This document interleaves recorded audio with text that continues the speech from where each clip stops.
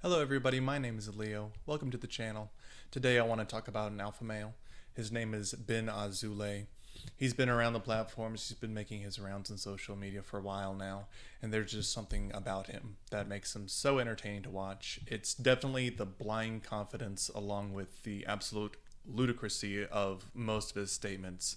And I guess we can thank Andrew Tate for making this type of man popular. So let's get into the video. You're a descendant of King Solomon. I named myself king once I found that out. Not to throw you right in the deep end, but his name is Ben Azoulay. His middle name is King. He did not change his first name to King, but he goes by King. And then I grew my beard, and I realized I have his wisdom. So, you just found out that you're related to King Solomon, and you know a thing or two about a thing or two. That's not how genetics work. The name Azoulay, what it stands for, a woman that is dirty and a whore I will not take. I'm Azula too. And I did check into his last name. That's essentially what it means. And similar to Tate, it's mixing in the facts with the bullshit just enough to make it believable for some people. That's enough on the origin of the man and his name. Let's get into some videos. If I punch you right now, you will feel it 40% less than you will feel it without a beard. You know that the beard shows that you're from a warrior bloodline because we survived more than all the rest. Yes, it is scientifically true that a thick beard can absorb to about 37 to 40% of an actual blow to the face. Not a 5 o'clock shadow and a stubble. This isn't going to stop anything or soften anything. Your girlfriend cheated on you? Yes! Huh? Another better one is coming. If not 1, 10. Not 10, 1,000. You crash your car? Yes! Great, a better one is coming. No matter what happens, everything, just say yes. Thank you, God. I don't know about you. I'm in no position to give relationship advice, but if the first thing that comes to your mind when you get cheated on is yes, maybe you should go ahead and break up. Just saying. And if I don't know what kind of insurance this man has, but if I crashed my car, my insurance is definitely not going to be like, I'm sorry, my high value male. Here's a new car on us. It's way better than the last one. 3 people that go to hell no matter what. A judge. Why does a judge go to hell? Because he judges you. Who is he to judge me? There's a God up there. He's the only one who can judge me. A lawyer. Because he constantly has to lie. And a doctor. Why does the doctor go to hell? Because he decides if you live or die. There was a lot to unpack with that one, so we're going to start off slow. I'm going to say firstly that as somebody who has studied the Bible for over 12 years of their life, no job you can do guarantees you go to heaven or hell. And I'm just going to go with, this is a very popular opinion. If you are a terrible person and you are doing horrible things to society, there should be somebody there to judge you and tell you whether you should be a part of society or be locked away. And corruption aside, you're innocent until proven guilty. Whether you are guilty or innocent, the lawyer is doing his job by defending you. And I hope we're all on the same page that we give our lives to doctors who have spent a good chunk of their life studying their field to be an expert to tell you whether that you are going to live or die, and take an oath that states that they will not do harm and put your life in their hands. Why do they put the craziest people in the world in jail? Yes, a very thought-provoking question. They probably committed a crime. They put you in jail, separate you from other people. That's what's going to turn you crazy. And it's exactly what happens when you try to become an entrepreneur. Very insightful. No one goes to jail crazy. They all go to jail and then become crazy. And now let's talk about his favorite thing to talk about, other than himself. His second favorite thing to talk about. I was a high school dropout. I also got kicked out of 17 schools in total. 17 times. That's a bit excessive. Probably didn't happen, but he loves to talk about the fact that he dropped out of high school. But I never let school get in the way of my education. Yeah, you did. 17 times at least. I don't believe in school. I was an F student, and I've told this before, F students are the creators of the world. I agree. I don't believe in school either. I'm assuming in his little pea brain, he dropped out of high school and he started a business and he became successful. Therefore, all F students are entrepreneurs and inventors. And then you got the F students. If you're a young boy and you're in a situation where you're an F student, let me tell you something. You got a bright future, buddy. I know this is supposed to be inspirational, but the only thing I'm being inspired to do is definitely stay in school.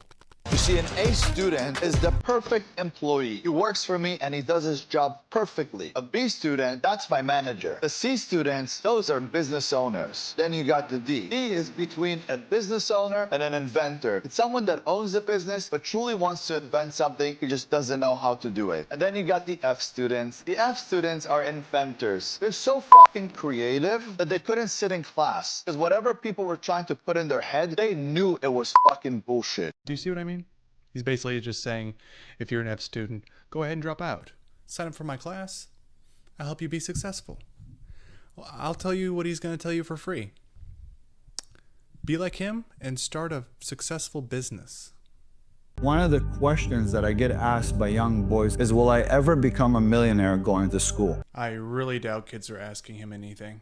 And you know what my question to them is? What is it? When you're in school, are you allowed to leave school? No, you're stuck there. And if you don't go to school, They'll call your parents, and if you don't show up for a few days, they'll even call the authorities. That's because it's called a legal obligation, just like paying taxes, if you sign a contract for rent, and going to court. the school system was created and built and designed by someone called John D. Rockefeller. What he wanted to do is create a simple society of workers and consumers. You know, if he hadn't have dropped out, he might actually know that John D. Rockefeller did not invent the school system. He helped fund and improve it. So if you ever want to become rich, you want to stay away from the school system. Well, you heard it from him, folks. If you want to be rich and successful, don't be like any of these people who went to high school and or college. From that point on, my dad knew he couldn't take on. Now I was 13. He picked up a stick, a wooden stick, and he went to hit me over the head. And I did this, and it broke. And then I took it out of his hand, threw it on the floor, kicked him in the leg, picked him up, and threw him on the coffee table. Coffee table broke in half. Yes, I'll take things that didn't happen for 200, please. That's the beauty, that we are actually superhuman. We just don't unlock these genes because we don't put our body and our mind through the pressure. Homie is talking like a third grader on a playground, talking about things that totally didn't happen.